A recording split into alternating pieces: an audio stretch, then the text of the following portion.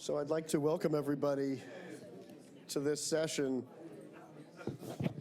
This session is called The People Behind Powerful Medicine, but I'm going to change the title to The Powerful People Behind Powerful Medicine. We have a great panel today, and we'll be eager to take some questions and have a conversation with you about where we are at Penn Medicine. I'm John Epstein. I'm the Chief Scientific Officer and Executive Vice Dean here at Penn. I've had the joy of being on the faculty here for 23 years, I believe, now, and have loved every minute of it. I'm trained as a cardiologist and as a basic scientist, a stem cell biologist and developmental biologist. In my role as Chief Scientific Officer, I get to help to oversee the entire academic effort here in the School of Medicine and to hear about a lot of the really wonderful work that's going on. I will say I think it's a great time to be an alum of Penn Medicine.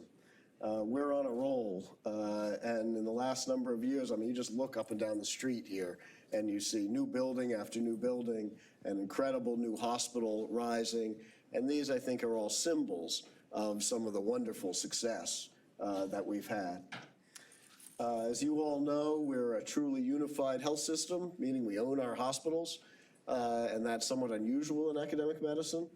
Even more important than that, we truly work together with the leadership of the hospital and the leadership of the School of Medicine and meet together almost daily and make decisions together. And that has empowered Penn Medicine to do some things I think nobody else in medicine is doing these days. And that is actively, aggressively, successfully translating fundamental discoveries and making them into new cures and new therapies for people. Something that a decade ago, as you'll all remember, there was a lot of consternation and talk in Congress and in the public press about the valley of death, about so much money being put into research, but no new medicines really coming out of it. And I think Penn Medicine has responded to that challenge better than anybody in the country. And the result has been a cascade of new FDA approvals in the last 2 years, the most famous of which is probably Kymriah, the immunotherapy for cancer that Carl June and his team have spearheaded, that was approved in August 2017 for childhood leukemia, and now has been advanced and approved for lymphoma and in young adults as well. In December 2017, Gene Bennett's work and Al McGuire using gene therapy to replace a missing gene in kids who are born with a mutation that causes inherited blindness. They can put that gene back into the eye and restore vision. You've probably all seen, or many of you have seen the movies of these kids before treatment, you know, unable to navigate through a path, and after treatment playing ball with their dad in the backyard. I mean, really bringing tears to your eyes. New drugs for the treatment of BRCA-positive breast cancer and ovarian cancer being approved, Zedra for rare cancers. This degree of new FDA approvals I've never seen or heard of in an academic system before.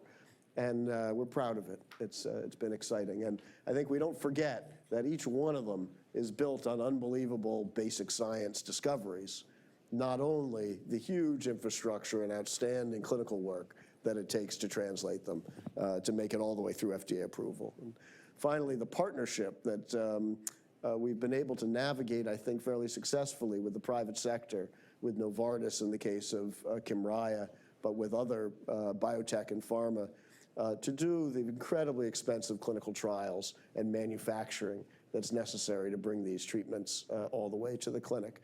So this is a whole new world in academic medicine. It's transforming the landscape in Philadelphia. We see more and more biotech moving here. I grew up in Boston and watched Kendall Square grow from where they used to tow my car to what you see today, gleaming buildings everywhere. And much of that was on the back of the great academic infrastructure that existed in the region that the private sector wanted to couple themselves to. And we're seeing that happen in the Philadelphia region now. It's exciting to be part of it.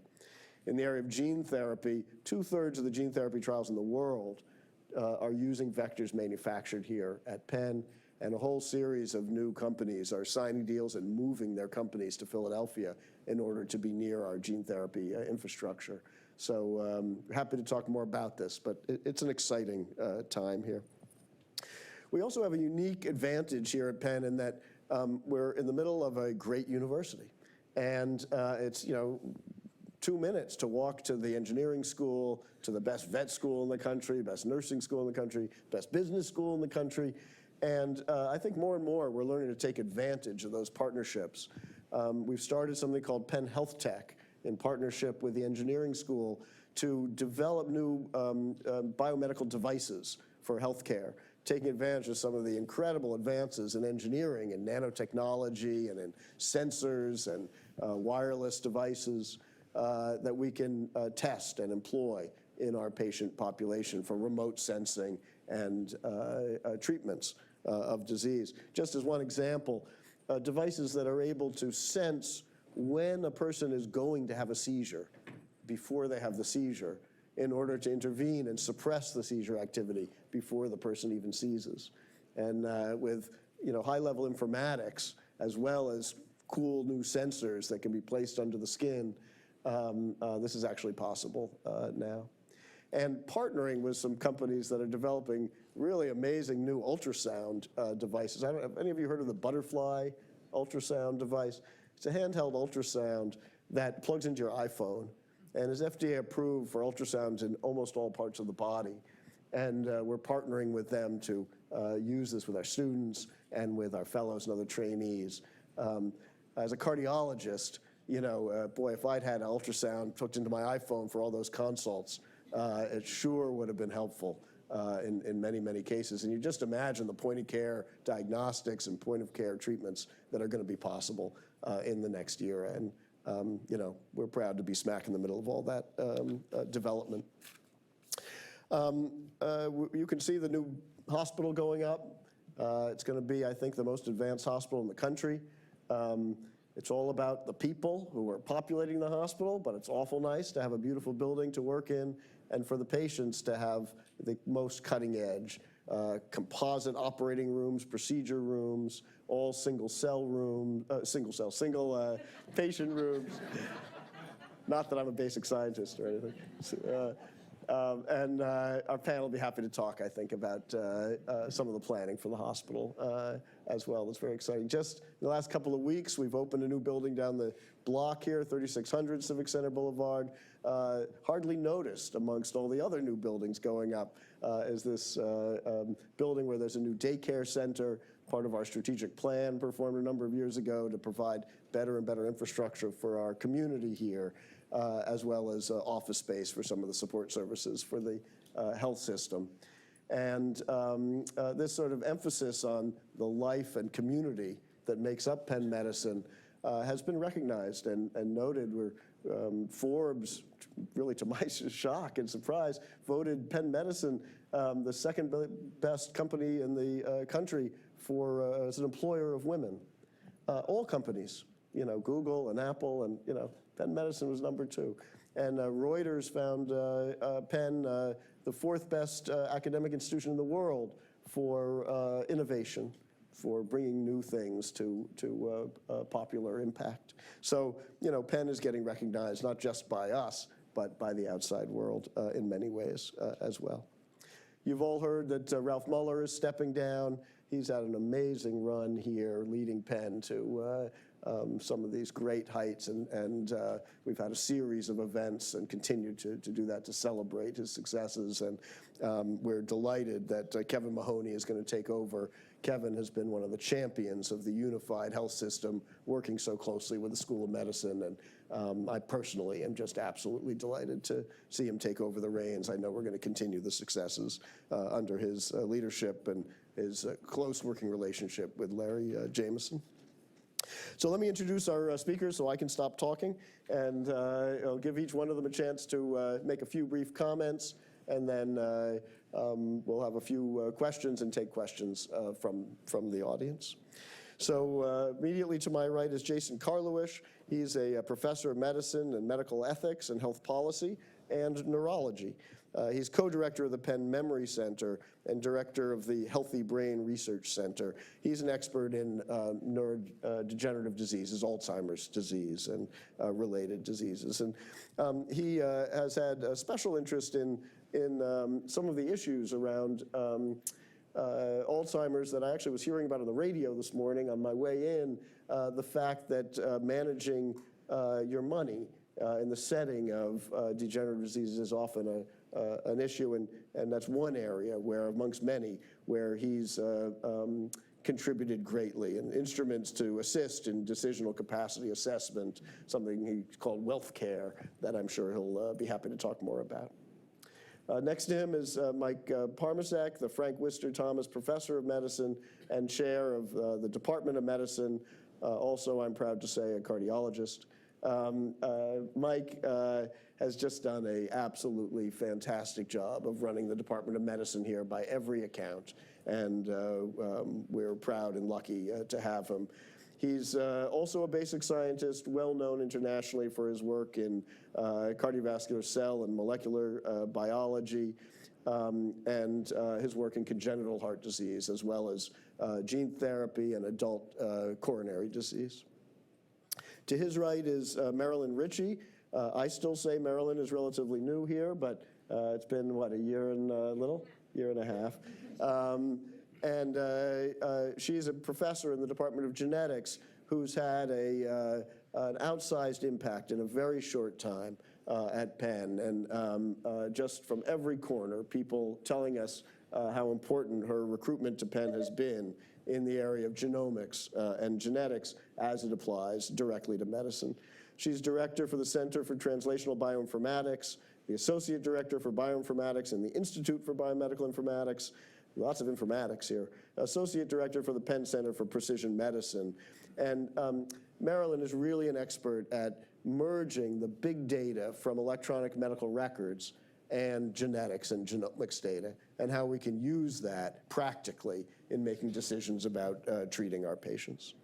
So with that brief introduction, I'm going to ask each one of our panel members to just make a few opening comments, and then we'll take it from there. Jason? Sure, thanks. Welcome back. I'm Jason Karlowicz. I'm the co-director of the Penn Memory Center. My colleague David Wolk in neurology is the other co-director. And I think for a center dedicated to the diagnosis and treatment of older adults with cognitive impairment, David and I strongly recognize that important cross-disciplinary work across neurology, geriatric medicine, and psychiatry, as well as radiology. When I'm done with this panel, I'll go down a couple flights of stairs to the Penn Memory Center to see patients this afternoon. This is one of my patients, or was one of my patients. Sadly, Mr. Packel died. Behind him is his wife, Renee Packel, and I can use their names publicly because they were on the front page of the New York Times several years ago with the headline, "Money Woes Can Be Early Clue to Alzheimer's." When I met Mr. Packel, he had made a series of financial decisions and otherwise been victimized such that they had to sell the family business, garnish it, sell their home, move into a rental apartment, and Renee Packel went to work for the first time since she was 20 years of age to bring in some money to help take care of her husband. He was ill by the time I saw him. He had cognitive impairment. He had disabling cognitive impairment, impairing his ability to manage his money and to find his way around the Philadelphia region by car. I diagnosed him with dementia and further diagnosed him with Alzheimer's disease as the cause of that dementia. And 11 years later, he would die, and I would autopsy his brain, and we would confirm, in fact, that he had plaque and tangle pathology of Alzheimer's disease.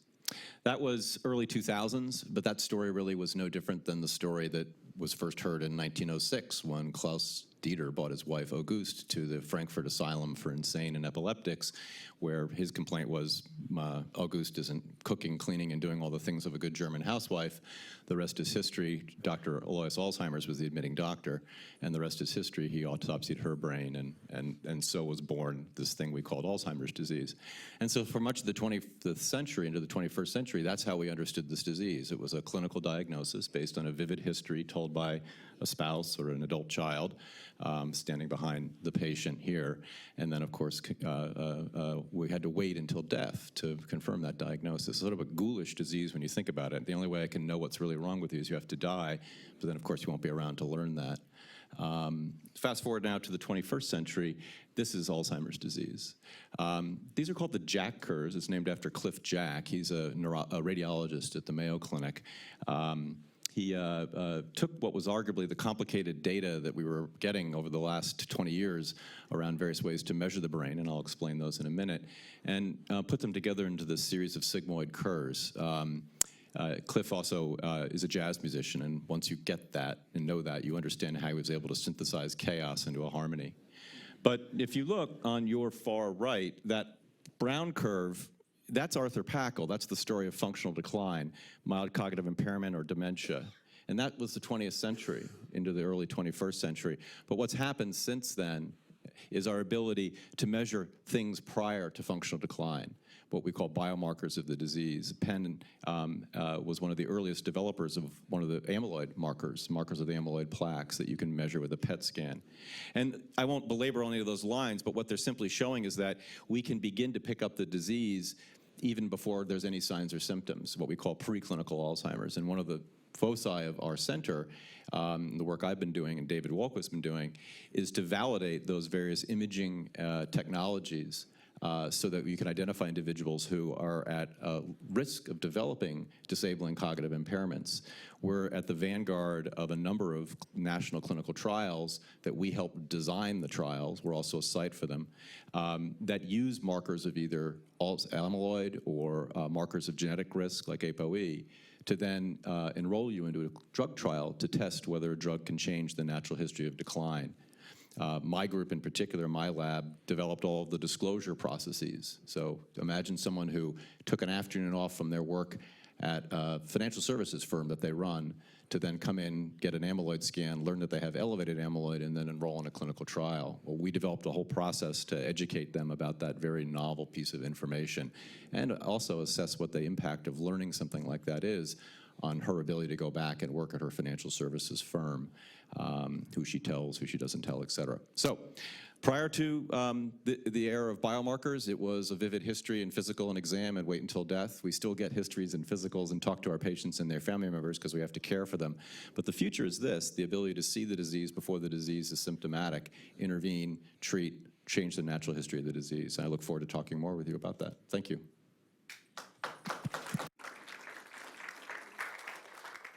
Thanks so much, Jason. Mike? Yeah. Well, welcome back, everybody. I'm chair of the Department of Medicine. We've grown a little bit in the 20 years I've been here. 20 years ago, the Department of Medicine had about 200 faculty. Now we're at about 700 faculty.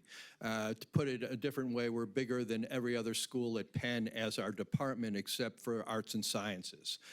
So it's a big, complicated department with 12 divisions, 6 vice chairs. And I would like to believe the department has never been in a better place. As those of you should know, we were the first school of medicine. We were the first department of medicine, founded in 1765. I'm the 25th chair of this department of medicine. Benjamin Rush was the second and fourth, it turns out, because the war got in the way of that. But the fact of the matter is that this department has changed, and it is leading. It's at really the leading edge of where academic medicine is going. To put this in just some highlights, John already said, John and I have worked together off and on for 20 plus years now, so he took most of my comments, but which I fully anticipated because I had one in reserve. But I was meeting literally with another alumni, one you may know or personally or certainly heard of, Mike Brown, who won the Nobel Prize for Chemistry in 1985 for his work on cholesterol metabolism. He was here visiting 2 days ago. And Mike said, you know, you guys are making me look smarter and smarter. And I said, what? And what are you talking about? He said, you know, when I graduated, Penn was okay, but we weren't known internationally as at the leading edge of anything. He said, and now I look at what's going on at Penn, and you're really there. And what he was referring to specifically was pretty much what John was talking about with the high-impact translational research, the fact that 5 drugs have been FDA approved out of here in the last year and a half. Those things just didn't happen, but they didn't happen here by chance. They happened here because there was actually a strategic plan which was very, very different than most other academic institutions. We said we were going to concentrate on this first-in-humans translational space. And what you see around you, the buildings reflect that. The fact that we have the Perelman Center for Advanced Medicine, where all our specialty and primary care, some of our primary care practices are, combined with the research building, combined with the School of Medicine, all under one roof, or multiple roofs that are sort of connected. That is unheard of anywhere and provides incredible opportunities beyond what most institutions can really leverage in this way. That didn't happen by chance. It happened because of 20 years of an integrated vision for where Penn Medicine could distinguish themselves. John mentioned the CAR T-cell therapy program that's led largely by Carl June, but it's really a whole team. That CAR T-cell program, I want to just highlight how important it is we work together with the health system. We built the cellular center where we grow up the cells for the CAR T-cell therapy for the cancer patients. That center cost in excess of $200 million to build. Those were health system dollars that went to support that. And what it did was it created a halo effect over our entire cancer program. Now, I didn't like this. When I came here in 1998, Penn was one of many centers that provided cancer care in the region, and one could argue about, was it Penn, was it Fox Chase, who was at the cutting edge? Now we don't argue about who's the #1 program in Philadelphia. We argue about, is this the best program in the world? And that's really a real metric, and it's something that really reflects the progress of Penn Medicine over the last 20 years. Now, the CAR T-cell is a great example of how we really have an integrated organization, and the departments really work well together. John knows this really well. In addition to CAR T-cell therapy for cancer, and we can talk about where that's working, where it still faces challenges. CAR T-cells are being used for other diseases. We have a woman in dermatology, Amy Payne, is a faculty member there, who had an interest in pemphigus disease. And she's adopted CAR T-cell therapies or immune therapies, T-cells, to attack pemphigus, and it looks like it's remarkably effective. She's actually started a company around that grew out of Penn Medicine Innovation and the Penn Center for Innovation. That's just one of many examples of what's happening here day to day. But I said I had another example that I knew John wouldn't go into too much. Many of our graduates, and we're proud of all the graduates, actually practice medicine most of their time. They're world-class clinicians, they're leaders in their field.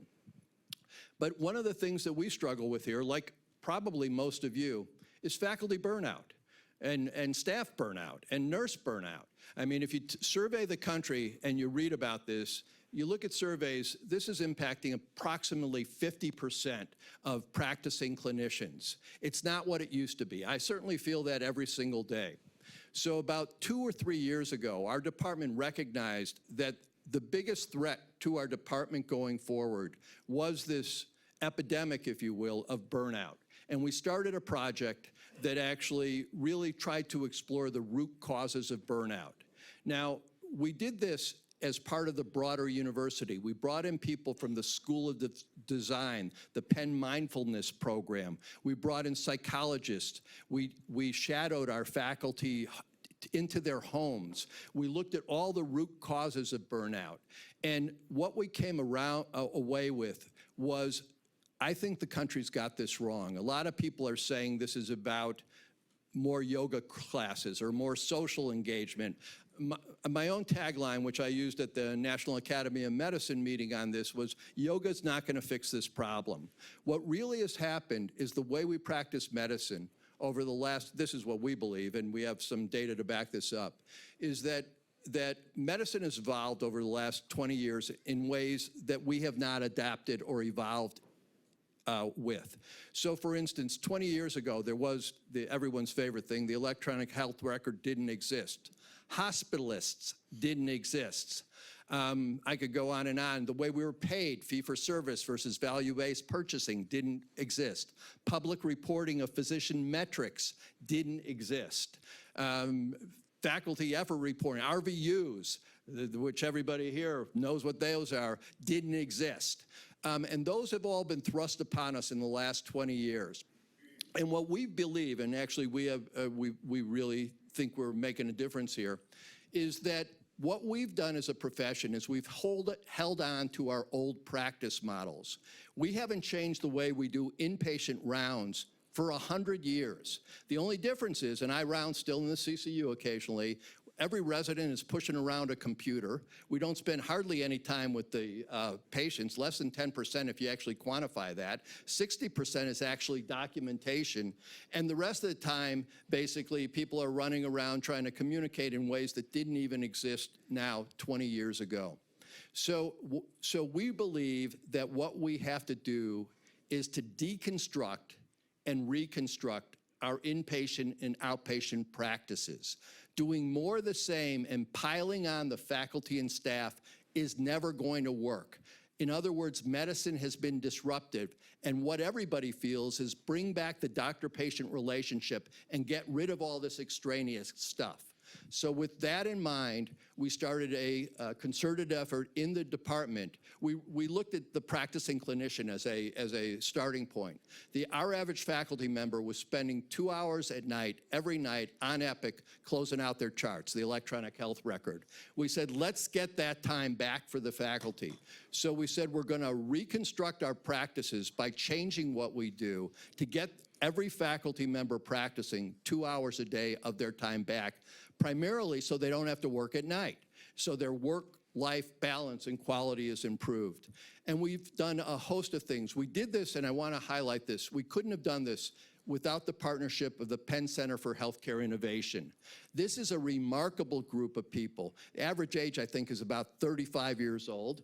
It's headed up by David Ash, who's a general internist, but one of these guys, if you pick up New England Journal, you'll see his name in there. In fact, you'll see it in there this week for one of the articles he wrote. But he really thinks differently about these things. And so we've done everything from employing e-consults. We've tried 5 different ways to do the electronic health record. One of the things we found, we call this the Top of License project, is that we now have our medical assistants input 35 pieces of data into the electronic health record before the physician ever walks in. In other pilots are looking at how do we more effectively triage our patients to get the patients who need our care in first and to, frankly, consult for those in other ways or refer them to the appropriate practices otherwise. Now in the Department of Medicine, we have 62 practices, and to be fair, these are early days. I'm not declaring mission accomplished, but on the practices where we have done this, we've really improved the quality of life of our practicing physicians, nurses, and staff. One other small story. We did this in a very directed way. We had very concrete goals on what we were trying to do. But the thing that's made the most difference, actually, believe it or not, came from the government and CMS. To participate in what's called the CPC Plus, it's a comprehensive primary care practice model, you needed to integrate behavioral health into the practices, into the primary care practices. So we worked with the Department of Psychiatry to embed a psychiatric social worker into every one of our primary care practices. And those psychiatric social workers had direct lines, direct communication with a psychiatrist. That has done more to improve the quality of life of our practicing internists than anything we've ever done, because it turns out that a huge percent of people have behavioral health issues. And there just wasn't time to address those, nor did many of our internists feel that that was helping them to address the way they were practicing. So while our patient satisfaction has shot up because the patients were actually getting the care they needed and deserved, the faculty wellness index actually shot up even more because they felt they were delivering a product to their patients and caring for their patients even better, and it was making them more effective and efficient as clinicians. So I'll cut myself off here and turn it over to Marilyn to talk about her projects. Thank you.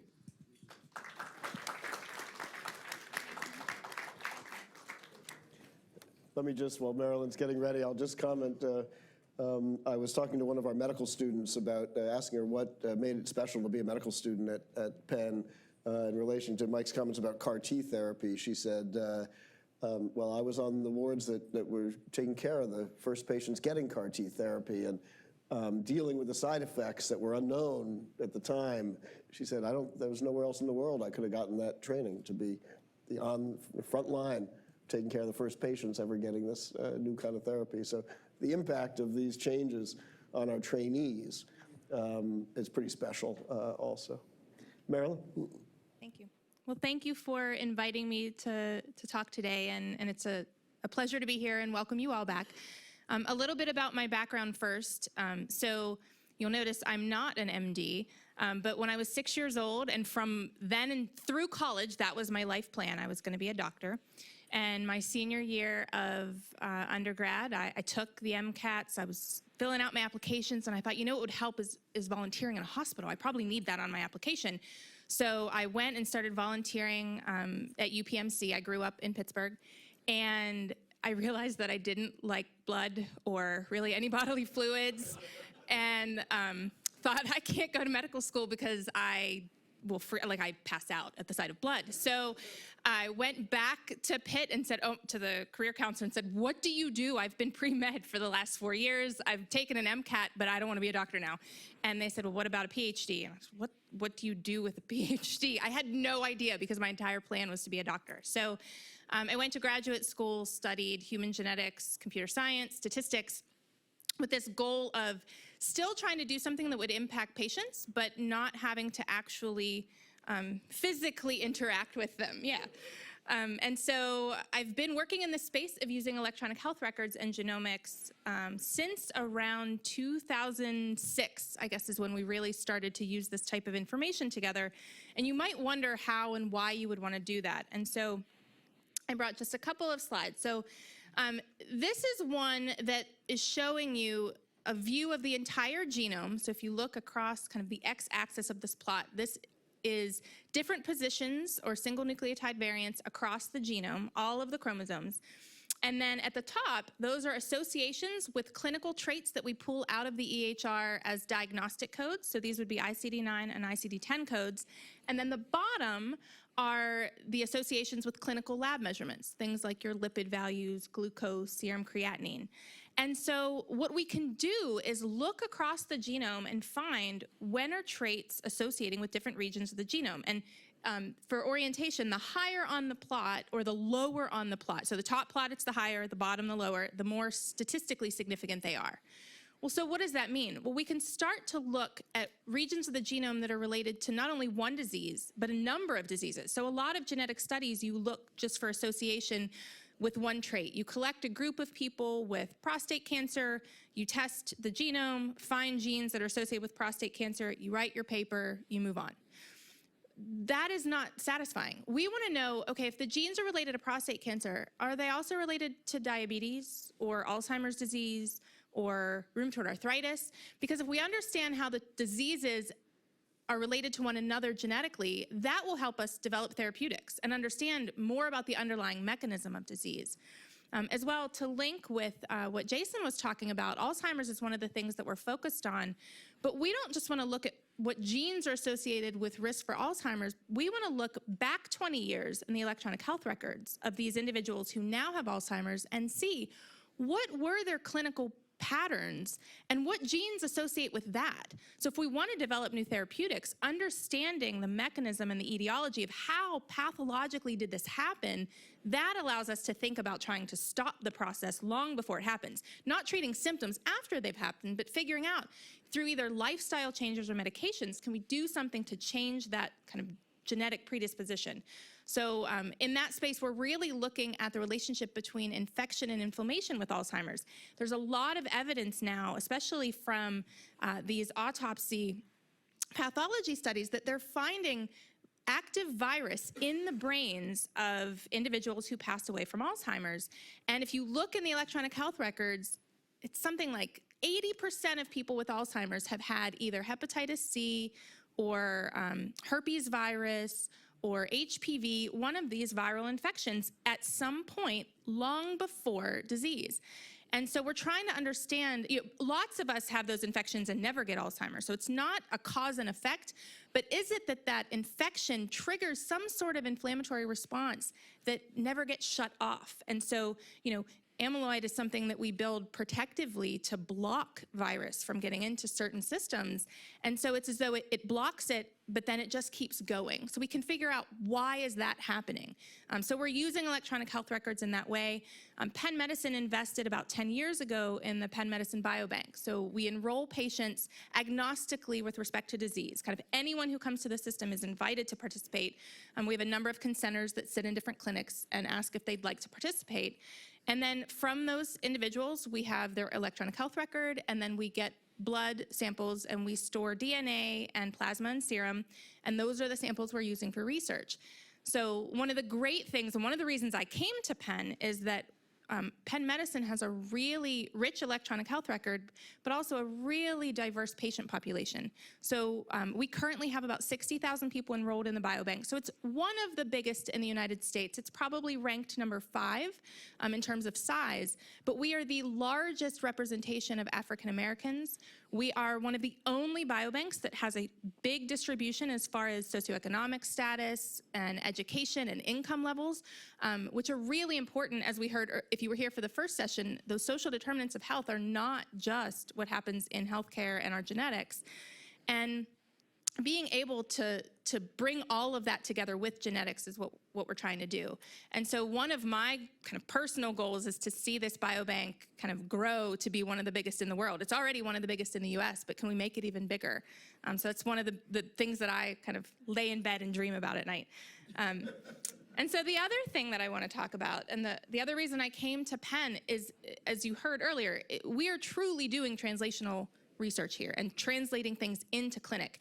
And as I said earlier, I wanted to be a doctor. I don't want to just write papers and publish them, and that's very satisfying, and training students is fabulous, and I love that.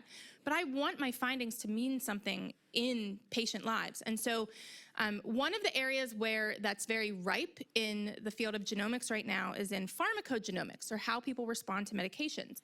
So I'm going to give you one example. So we know of about 35 gene-drug pairs that we can predict pretty accurately.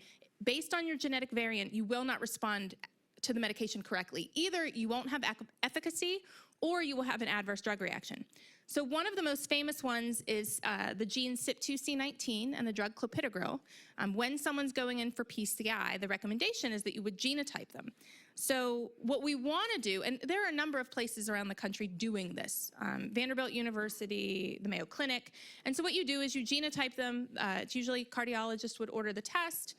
If it turns out that they're a normal metabolizer, they go on clopidogrel, they're just fine.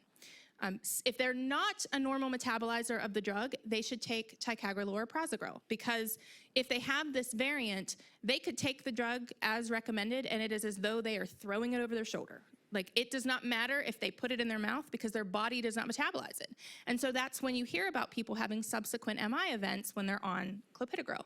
But what we want to do is something that the rest of the country isn't doing, is going a step further. Not just genotyping, kind of picking one gene drug pair, but looking across all of the gene drug pairs that we know about. So what if that same patient is normal for clopidogrel? So the cardiologist did the test, that's great, they can take their medication. But what if they have a variant in a different gene that we know is important for statin response? And if you have this variant, you don't metabolize simvastatin correctly, and you end up with rhabdomyolysis. This is a severe adverse drug reaction that no one wants. And it turns out we've looked in the electronic health record here at Penn, and we have a lot of people who have this variant, and they don't have rhabdomyolysis coded, but they have early switched off of that statin. And in the chart, you find muscle pain, muscle weakness, fatigue. Those are the symptoms before rhabdomyolysis. So luckily, the physicians have switched the medication, but why not just start with a different statin if we know their genotype? The same kind of thing can happen with other medications. The HLA region of the genome is associated with a lot of antibiotics and inflammatory medications, and there are very severe adverse drug reactions like Stevens-Johnson syndrome that you'll hear these one-off patient stories. There's a devastating one, a woman named Angela Anderson who was treated at Vanderbilt Medical Center, and she Actually, no, the researchers are at Vanderbilt. I think she was treated in maybe Chicago. She's 24 years old. She had a rash on her face the day before Christmas. They went in, they gave her a topical. It kept getting worse. They admitted her, put her on IV antibiotics, ibuprofen, and within 3 days, she passed away from Stevens-Johnson syndrome. And kind of after the fact, they genotyped her and her parents and found that her father and she were carriers of this mutation that can cause this severe adverse drug reaction. So what we are trying to do in the Penn Center for Precision Medicine is figure out how do we design a program here at Penn where we can take this information that we know and implement it into clinical care, so true translational medicine. So the last thing I'll say, I was here for part of the earlier session, and I was fascinated by the last talk about what's happened in radiology. And we're actually doing some collaborations kind of looking at imaging and genomics. So can you link the genome with these radiologic images? But all I could think is that my prediction is that what happened over the last 50 years in radiology and how it works in medicine, I think is what we're seeing right now with genetics and genomics in medicine. So we've been doing genetics, since the 1950s when the double helix was discovered, and even before then. But now we're starting to actually understand how those genetic variations affect kind of how we metabolize drugs, how we might be able to create gene therapies to treat them. Some of the new CRISPR technologies, we're trying to develop ways to kind of repair that mutation, in the early embryo. There's such amazing research happening here in that space. And I think that, 50 years from now, I bet someone will be giving a talk here saying, like, over the last 50 years, things have really changed in genomic medicine. So that's it. Thank you.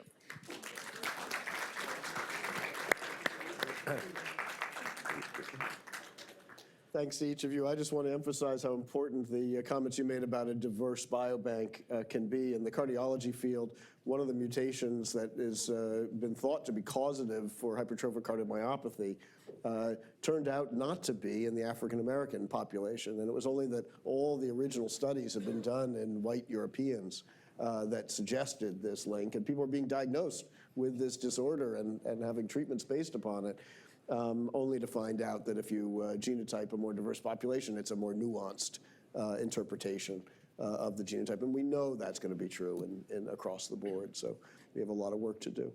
So I'd asked each one of our panel speakers to talk for 5 minutes, and that way we would have lots of time for questions, and of course that hasn't happened. So, but it was very interesting. So we're going to take questions now from the audience. I think we have some microphones to come around. So I think we have one over here, and then a second one afterwards over here to the right. So I'm the radiologist that gave that talk, and thank you very much. But one of the things that and there was a chairman of medicine who, San Francisco, who gave a talk at one of our national meetings and was a medical student here. And one of the things he pointed out was how important radiology rounds were in those days. And when I asked our audience how many people remembered Wally Miller, I'd say half our audience raised their hand. He was truly a remarkable person, and I'm not saying every radiologist could do that, but one of the things that's happened over the course of the last 30 years, as we developed faster and faster technologies and faster ways of reading films, all the radiologists went into their little black rooms and read films all day, and they had these giant lists in front of them. They didn't want to talk to anybody. We're just so overwhelmed with the amount of work. And I think that there's still a place, I think, for consultation with our clinicians, but we just don't see them or talk to them. Much of it's our fault, much of it's their fault. So I'd be interested in your thoughts, sir. Do you think that radiology will play into the future your consultation with your patients? Yeah, I would say, and I remember those days actually, and they still occur occasionally, especially with complicated scans where you really do need to talk to each other because it's a two-way conversation. Sometimes if you don't understand the clinical syndrome that the patients are experiencing, the interpretation, it would be a little bit different and vice versa. That being said, one of the lessons I've learned at Penn, and I referenced the buildings we've built, is geography is a real barrier, or it can be an attractant.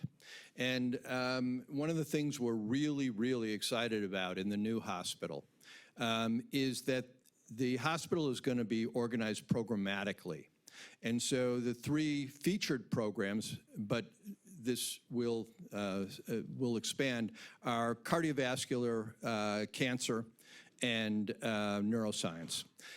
And we've already worked through, as we were working through the design of that building, how best to integrate a reading room, for instance, for radiology, for the cardiovascular studies, with the cardiologists that are not only doing echoes, but we mostly have the CT scans read by radiologists, the MRIs, they both sort of read, but putting them in the same spaces.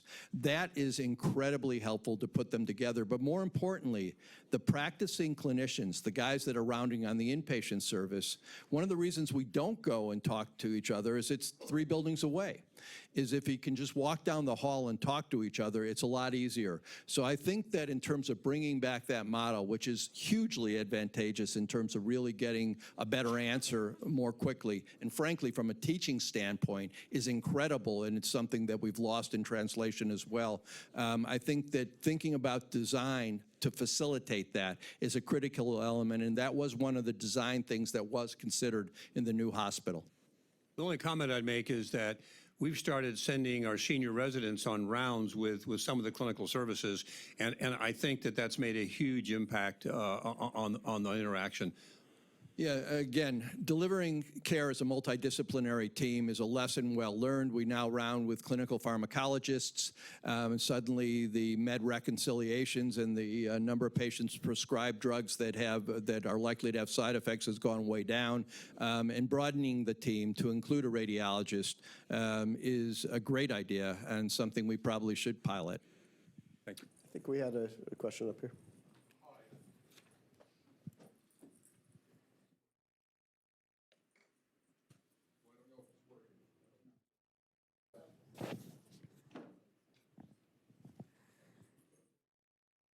Thanks. All the presentations were very interesting, but I wanted to draw my attention to one thing. About 3 of the 4 of you mentioned the electronic medical record in different ways, but the chairman of medicine said that his faculty goes home and has to work 2 hours a night on the electronic record. My son's a resident in New York, and he works about 70 hours a week, which is not onerous from my point of view. But he goes home 5 or 6 days a week, and he has to work 2 hours a day also. That's exactly the number that he gave. So something's wrong with the medical record. That shouldn't be, besides the time spent, that shouldn't be such an overwhelming sword hanging over a physician's head. And I feel that it was rushed in to use before it was really vetted properly. And I wanted to know in what ways the medical record can be massaged to make it more user-friendly for doctors and patients. We spent a lot of time on this, and unfortunately there's 2 major vendors. One of them doesn't listen to physicians at all, and the other one comes as close to that as you can possibly do. And they have very little interest in changing because one of them's privately held. My dream is that Apple would buy them and fix the program. This version of the electronic health record is, there's some people my age here, I remember when DOS first came out as a computer language, and it was star dot star and all this stuff. And look at where we are today.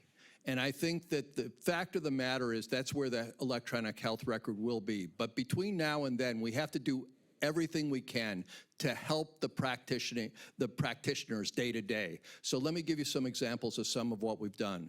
We've tested 5 different scribe systems in the outpatient setting. Some work, some don't. Some people prefer one system versus another. But I will tell you that there were some faculty, because we do everything now, it's the Center for Healthcare Innovation, and one of their principles are you got to set up pilots that can either succeed or fail quickly. So we test this on like 10 people. And we were doing this in our rheumatology practice. And they had scribes there. They actually had 2 different scribe systems. And the pilot ended one of the scribe systems was much preferred over the other. And we told him, okay, the pilot's over. We're going to look about scaling this across the department. It'll take a little while. We got to work this out. The guy said, I'll quit before I let you take my scribe away. It was that transformative to what he felt. More importantly, though, there's a lot that can be done in terms of pre-populating if you have the support systems, if you function as a team. We had to retrain our medical assistants and practice managers so they were Epic experts, so that they could pre-populate the electronic health record, saving the physicians time doing that. So your point's well taken. I will tell you this, though. The first thing everyone jumps on in terms of faculty burnout is the electronic health record. And we have good data in terms of our root causes that it is involved in a lot of the problem. But if we fixed it tomorrow, we would still have burnout. It's not the only thing that we have to adapt as we go forward practicing. And so one of the things we don't want to do is oversimplify this to this is just a problem with the electronic health record. If you think about all the ways our practices have changed, bottom line is we have got to innovate. I tell people that one of the reasons I think that Penn has done better, I don't want to say we're where we need to be, is that that's the mindset. We have people here that don't mind being challenged and changed, and my goal is to keep the faculty engaged because I do believe that the ultimate answers to burnout will bubble up from below, from the faculty, and it's our job to make sure the faculty are engaged and we involve our faculty in the answers, and most of the answers have come from the faculty. So that's, we're very, very lucky to have the quality of people working here that we do, but your point's well taken. I'll just add that I think the EMRs as we know them now are developed for billing purposes, primarily. Yeah. And that's part of the tension that exists. And the Penn Center for Innovation here helped to write an app called CareLine that is to promote communication on handoffs of patients. It's the old sign-out sheet that you used to give to the next doctor coming on service with, you know, what to do and but it links to all the EMR and the data and the labs and things like that. And to me, it's much more of what I remember the medical record being. It's a conversation about what's going on with the patient and, you know, what we should be looking for and what's happening next. And so an interesting evolution that might occur is that the billing components might separate and hopefully move away from the doctor again, and other apps and electronic components replace what I think we think of as more of the medical record as opposed to the billing. John, let me just tell the group that David Ash, who's the head of the Penn Center for Innovation, really wrote an article on this subject in the New England Journal. It was a perspective that he wrote on subscribing to your patient's information in their record so that it's pushed to you, but only the information you need. And it works in a way that it would make your job easier, not more onerous. And I would encourage everyone to just see if you can look up that article, because I really do think that that's where the field will be going.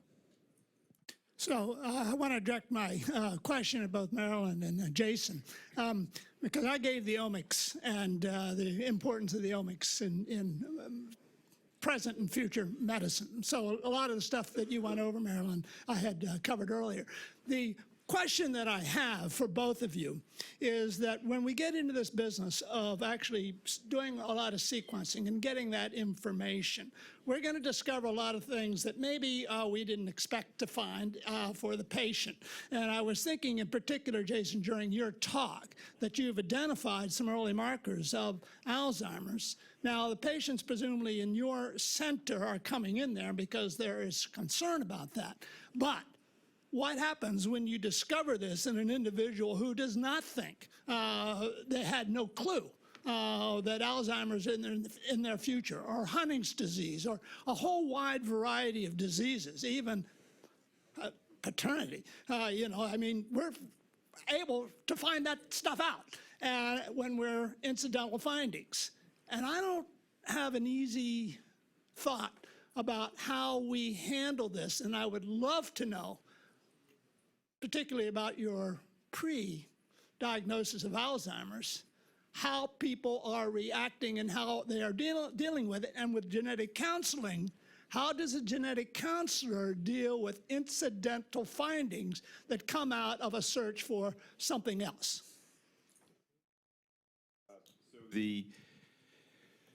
At present, I was part of the group that wrote the appropriate use criteria for one of the earliest biomarkers of Alzheimer's, which was amyloid imaging.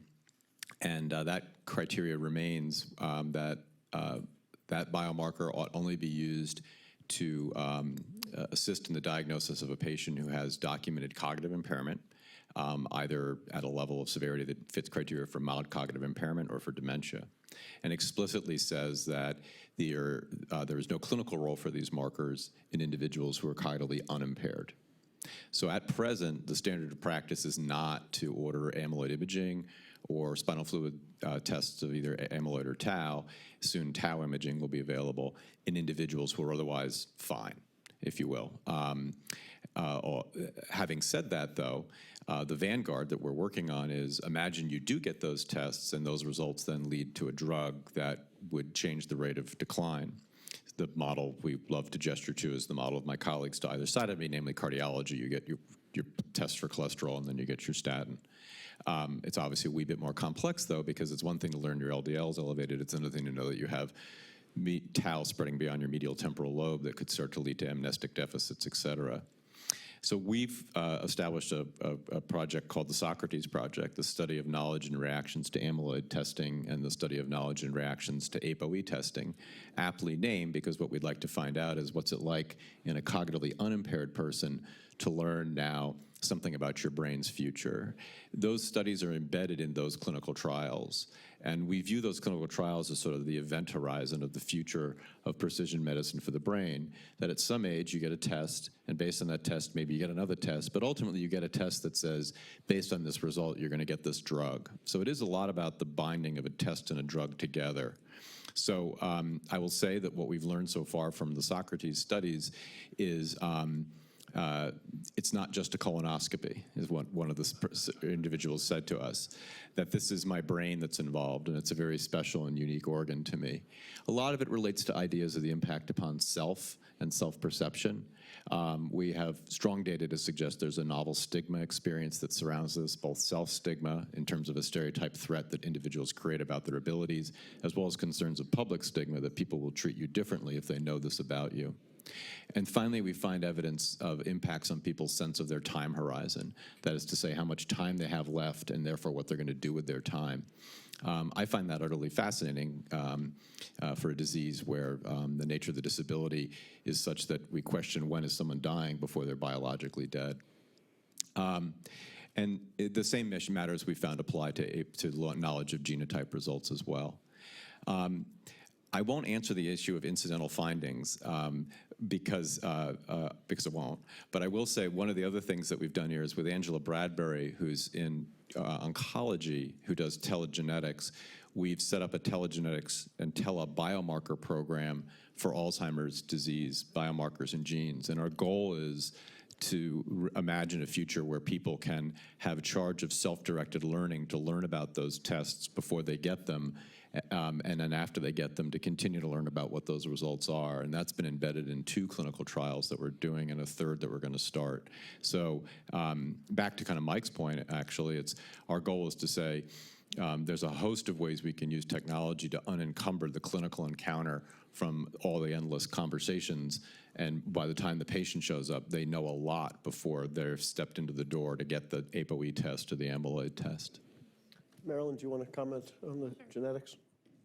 I would say on the genetics kind of incidental finding space, there's an active kind of national level of research going on kind of in the bioethics, a lot of patient engagement in that space to really talk to patients to see what do the people want? I mean, I think we get incidental findings all the time. One of my friends had an appendectomy last week. She's 42, and they called her and said, you had a tumor on your appendix. And she was like, I'm sorry, I thought you were calling to tell me that the pain in my leg is nothing I need to worry about. Because she had called because she was worried about a blood clot. And so she was like fell out of her chair. She was totally, didn't even know they were testing for that. And they weren't, you just always send an appendix out for pathology. So I think incidental findings is something that happened. The difference with genetics is that it could be about your brain, it could be about your cancer, it could be about like any phenotype or any disease. So it's an active area. The National Academy of Sciences just wrote a report on this. And I think, at Penn, I think our feeling is that the threshold to give incidental findings back to patients is going to have to be pretty high. We don't want to kind of send people into a field of worry that without it being pretty certain. But great question, something we're thinking a lot about. I'll just add, this is an enormously important area for the health system to think about because it has great legal implications, cost implications, and obviously impact for our patients. Both Marilyn and I sit on the advisory panel for the All of Us research program that Obama started to sequence 1 million Americans and give their information back to them and have them own it. But one of the questions they're facing is how do they help those 1 million Americans interpret the many variants that they're going to find in their genes that have implications, but not clear-cut implications. It's usually not, it's going to cause this or it isn't. And these are amazingly difficult. Just one further comment for the health system to consider sequencing many of our patients and finding many of these incidental abnormalities. The responsibility doesn't end that day because the interpretation of what those variants mean continues to change, even in diseases like breast cancer with BRCA1, where the interpretation of a variant that might today be called causative and lead a woman to have a mastectomy might be reinterpreted tomorrow as, well, we're not so sure anymore whether it's causative or not. And so, what's our responsibility? To continue to check, to continue to communicate with our patients about every possible variant and its interpretation? These are huge, difficult questions that we're struggling with actively today. So it's a great question. I think we had a question here. No question, 2 comments. The first one is Ralph Costello, PGY, 64, about to be 65. The practice of medicine is really very easy, especially if you're not a physician.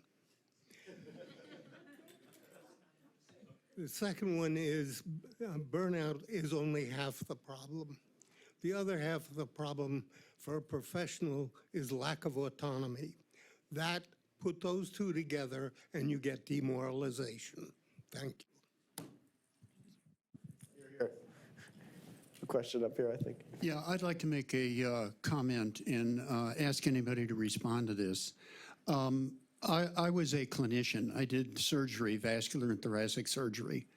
And as the electronic medical record came in and as more and more documentation came in, I became very aware that documentation was becoming so important that it was almost becoming medical care, which led to the interesting conclusion that the patients were getting in the way of medical care. And it brings me back to what the reasons I went into medicine, and I'm sure most of the physicians in this room feel the same way. There were 3 reasons. One was I liked science. 2 was I wanted to do something to help people. And 3, which is gone today, is I wanted to be my own boss. And a lot of that has to do with the intrusions into, and what this gentleman in the front just said, intrusions into medical care. I mean, I was a surgeon for over 30 years, and I was finally told that I had to have what they called a timeout in the operating room. That was something I used to do with my children when they were not behaving. I would say timeout, and that was it. And I had to deal with that emotionally, that somebody was walking into my operating room and telling me what to do and what terms to use, which frankly is another problem with the electronic medical record. It's demeaning. You have to say what they want you to say, otherwise you can't get paid for what you're doing. And medicine has not really fought any of these issues and dealt with them. They've tried to figure out how to make us adapt to it. And the reasons we went into medicine were things that are being trained out of us as we go down the road. And I think that's injurious to patient care. That ought to be the #1 issue. And I wish some of our leaders would force those things into us and into the system to keep us going as clinicians with patients.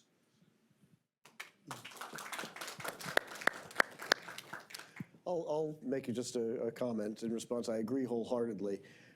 I do think one of the strengths and exciting aspects of what we've had as a unified health system here at Penn doesn't address the EMR and the demeaning nature of that, but the fact that we're willing to make priority decisions together as a team without just, hospital management running everything in a top-down way has empowered some of our best clinicians and some of our, our people like Carl June and Jean Bennett and others to have the resources, as Mike mentioned, big resources to build the facilities they need to care for the patients in the way they want to care for them.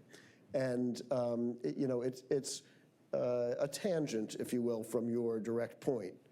But to me, it's related in that it empowers the academic, the people with the dreams that we all went into medicine for, to pursue their interests.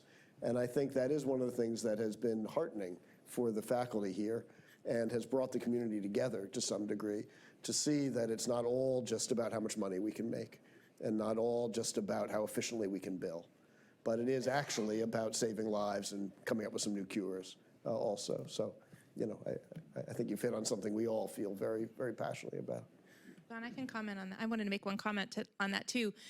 One of the things that Penn did, they recruited Jason Moore to create the Institute for Biomedical Informatics.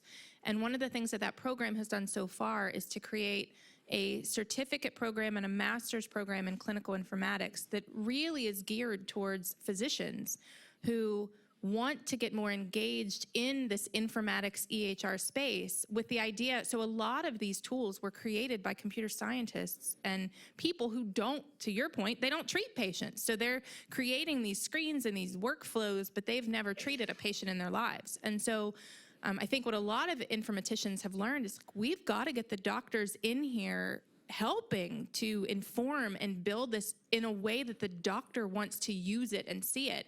And I know in the one program that we're doing in pharmacogenomics, we're talking about like what would the doctor want to see, and we just decided we have to go. So GI cancer is a space that we want to pilot this. We need to shadow the GI doctor. We need to watch them with the patient. We need to watch them when they leave the patient. We need to watch what happens when they prescribe the drug, the interaction with the pharmacist, like what is actually happening. Because we don't want to create more problems for the physicians. The whole point is to try to help them. And so I do think that by building this infrastructure to help train the physicians and get them into the building and having them be part of the solution instead of having these computer scientists try to build widgets to help people who didn't ask for it and you didn't ask them how they wanted it. And so I think engaging the clinicians is a huge benefit and something that Jason's been trying to build. I think you can see why Maryland's been had such impact here already, and what you say resonates with me, which is we haven't built the academic infrastructure to help build the medical record. We've let somebody else build it. And part of it is our job to build that academic backbone that will contribute to doing it right. So we need to do that. So, John, just to follow up, because my wife would get mad if I didn't say this. The primary driver of the changes that you're alluding to are coming down from the government, from regulatory agencies. We as a profession have been incredibly ineffective at participating in that process or influencing it, frankly. And all I can say with respect to that is we need more physicians to get involved, to work with their local organizations, whatever specialty they're in or whatever primary care group they're in, to try and influence the process at the level of government. Because at the end of the day, all these things we're talking about, the RVUs, the electronic health record, those are all congressional acts. Those are things that came down from above. And unless we really get involved, which means starting with everyone out here voting, getting involved with their local politics, everything that it takes, we're going to be on the outside looking in as we have been as this has happened. So I want to just encourage everybody, whatever your beliefs are, to get involved, to try and influence this process, because as a group, physicians have not done a particularly good job of that. You have just indicted the AMA.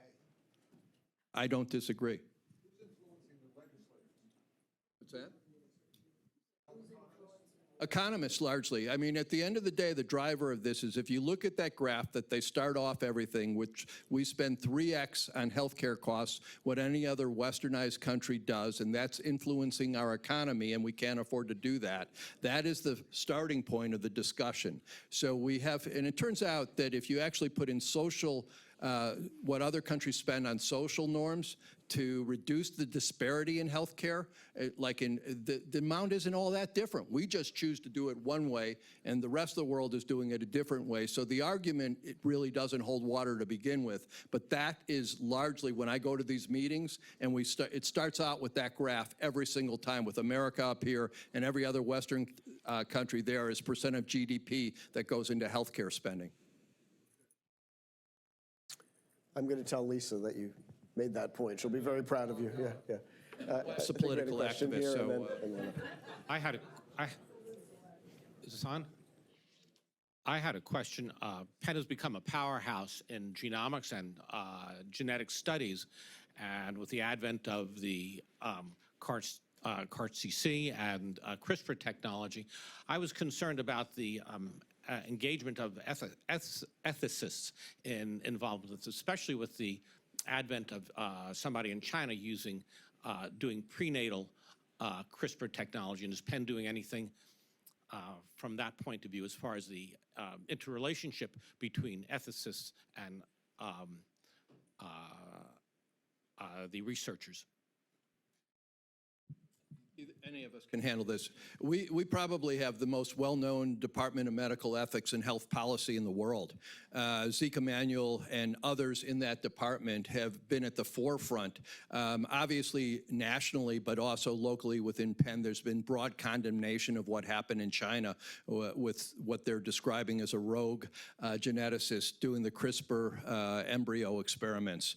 That being, and I do think that Penn really is at the forefront of medical ethics in terms of national profile. So that's a space that we're very comfortable in. We also have a lot of exchange between medical ethics whenever we get involved in these new programs. When we had to debate where we're going to take on human embryonic stem cells, which were being used frequently about 10 years ago, there was a whole debate about that.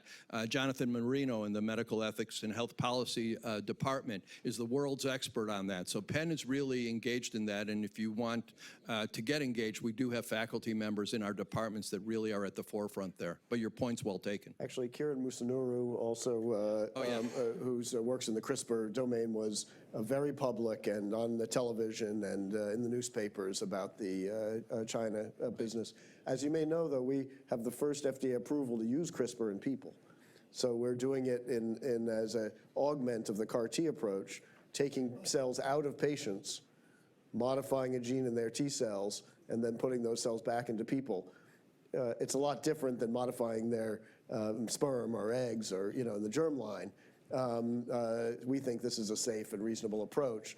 But when you do first-in-human studies, gene therapy, first kind of cell therapy, first use of CRISPR people, there are big risks and there are ethical issues that come up. And you bet we have a very sophisticated team, especially because of some of the trouble Penn went through, 15 years ago when in the gene therapy arena, we had the death of Jesse Gelsinger and a patient who was involved, and there were enormous concerns about whether that was done ethically and correctly. I think, if anything, we lean over backwards at this point to try to be exceptionally thoughtful and careful. But that being said, we're aware that we're taking risks when we're doing these cutting-edge work. That's something we have to accept. John, just mention ethics rounds, that they're clinical ethics rounds. Go ahead. I mean, I work here, but very Yes. cutting edge that there is an ethics team that does consults and Yep. rounds. I mean, that's pretty unusual. Yep. Yep. So when clinicians or a team have a question, they can call in the ethics group and literally on the wards be discussing the ethical issues that arise. So, yeah. A different topic. One of the biggest problems facing the healthcare system in America today is the obesity epidemic. And doesn't involve CRISPRs or very super duper high tech stuff, but it's driving so many different problems. And probably in the Department of Medicine, 12 divisions, probably every single division is being overwhelmed with issues tied into this problem. What is Penn doing to try to innovate, to try to help us solve this problem? The easy stuff is the recognition of the problem in the first place in dietary counseling, but that's not really the root cause. This is a university-wide problem, and really, if you look at the drivers of the obesity epidemic, and I'll come back to the disparities in healthcare, if you look within Philadelphia, in North Philadelphia, there are relative food deserts. If you walk into those stores in North Philadelphia, there are not fresh fruits and vegetables. There is not necessarily the same quality of nutrition that I can get at Trader Joe's when I go into my local Trader Joe's. So there are social determinants of health, and really that we have to recognize as a country and address those problems, because clearly that's part of the problem. Now, it's broader than that, because if you look at when we all went to school, I'm looking around the room, we all had recess and we all spent time outside, and we didn't sit there playing video games all day or whatever that doesn't burn the calories. So it's a largely social drivers here in terms of really getting the root causes. And again, my wife will really, really be proud of me for saying this. One of the things in her continuous feed to me about what's wrong with this country that I got this week was that the current administration has disparaged Michelle Obama's emphasis on nutrition of the young and what she was doing with dietary therapies. And that, for this country, to not really get on board with helping the nutrition of our young people in this country is really not what this country is all about. And again, I'm turning into a sociologist up here, but the reality is I think that the causes of this will take the entire community and not just the medical community. That being said, for the first time in my life, and I've lived through cardiology as a practicing cardiologist to see the age-adjusted mortality decrease by 2/3 in the last 40 years since the Framingham risk factors were first discovered.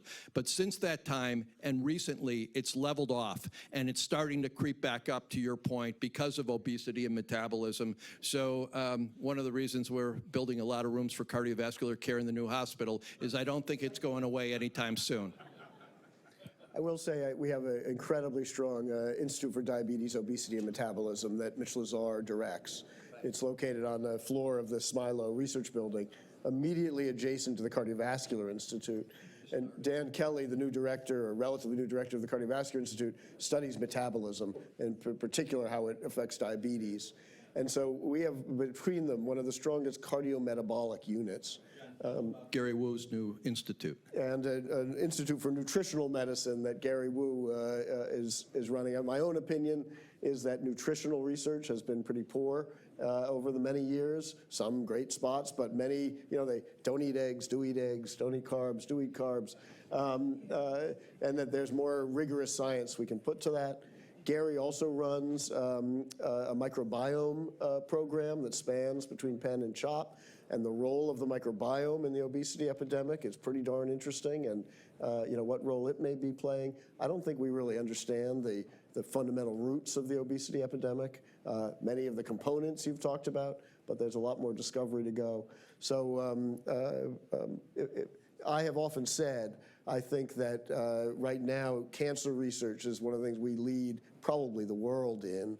I think cardiometabolic is going to be the next wave of excellence that we see coming out of Penn. So we're all in on cardiometabolic disease. All right, I think with that, maybe we'll call it a day. Thank you very much. Thanks to our panel.